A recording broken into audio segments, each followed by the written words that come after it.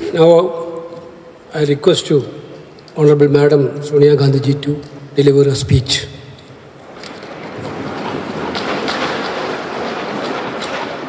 Congress President,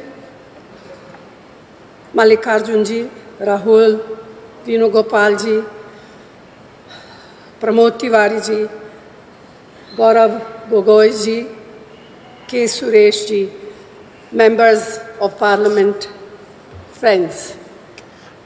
I am deeply conscious of the great responsibility all of you have placed on me yet again.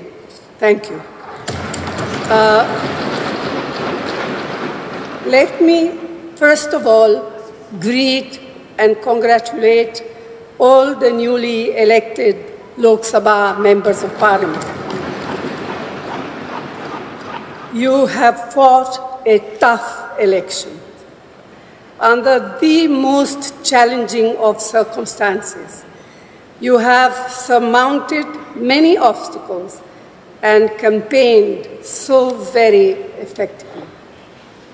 Your success has given us a much greater presence in the Lok Sabha and a more effective voice in its proceeding, both of which will help give greater strength to our participation. The Indian National Congress has once again demonstrated its resilience. It was up against a mighty and malevolent machine that was doing its utmost to destroy us. It tried to cripple us financially.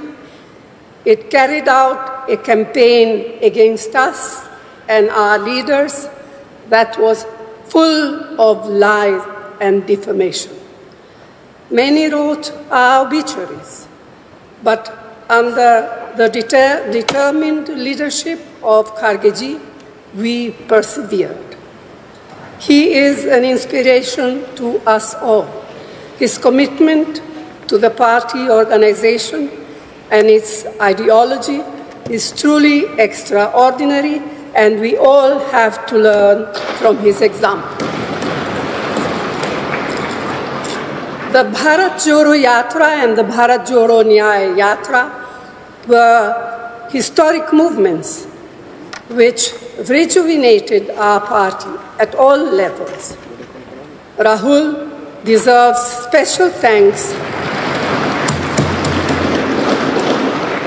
for his tenacity and determination to fight on in the face of unprecedented personal and political attacks. He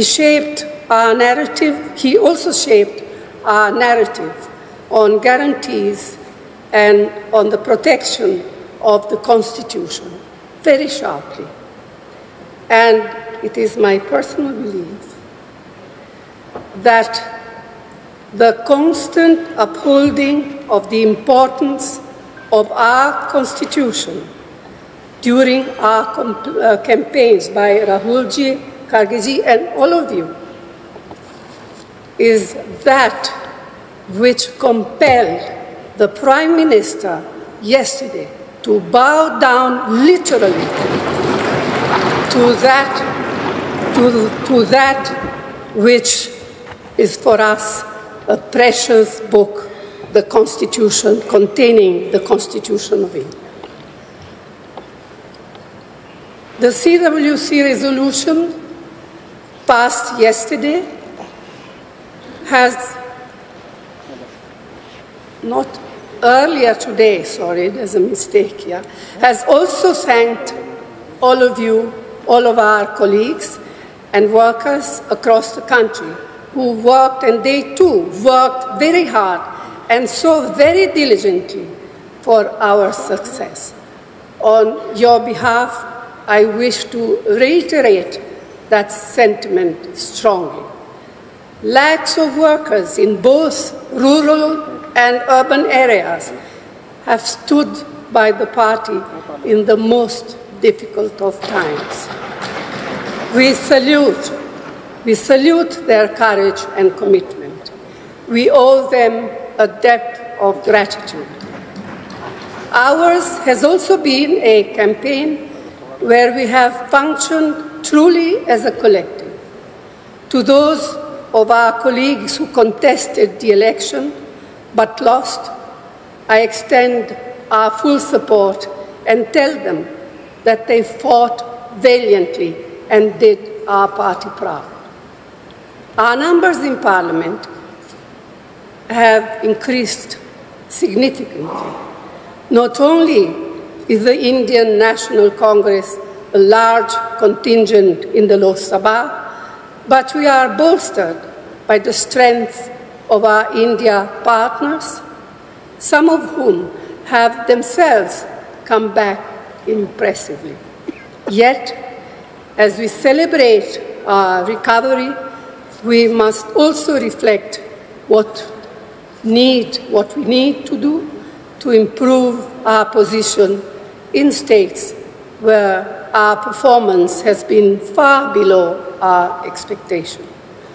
The Congress President spoke about this earlier in the day at the CWC, and I wish to reinforce his plea.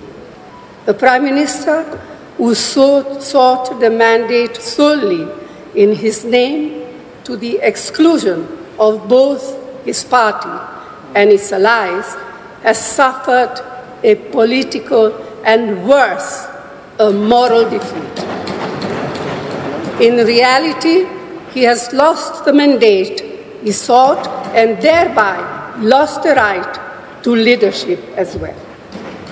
Yet, far from taking responsibility for failure, he intends to get himself sworn in again tomorrow. We do not expect him to change the substance and style of his governance, nor take cognizance of the will of the people. That is why, as members of CPP, we have a special obligation to be watchful, vigilant, and proactive in holding him and his new NDA government accountable. No longer can and should Parliament be bulldozed like it has been for a decade now. No longer will the writ of the ruling establishment be permitted to disrupt Parliament whimsically, mistreat members, or push through legislation without due and proper consideration and debate. No longer can and should parliamentary committees be ignored or bypassed like they have been since 2014. No longer will Parliament be muzzled and stifled as it has been over the past 10 years. We have challenging times ahead. We have to be alert, prevent any attempt to increase polarization and erosion of secular and democratic values. So this is a renewed opportunity for us as a party that established parliamentary democracy in our country to bring parliamentary politics back on track to where they legitimately belong.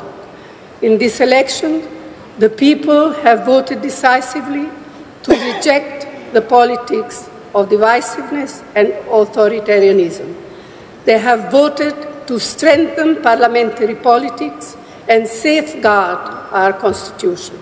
They have voted for the agenda of economic and social justice. That indeed should continue to be our objective and guide. Friends, this is a very emotional moment for me, for us all, especially the newly elected members of Parliament. All I have to say is that I have received so much love and affection from you. So let me close by the assurance to you all that I will do my best and more to fulfill the trust and confidence you have continued to place on me. Thank you. Jai Hind.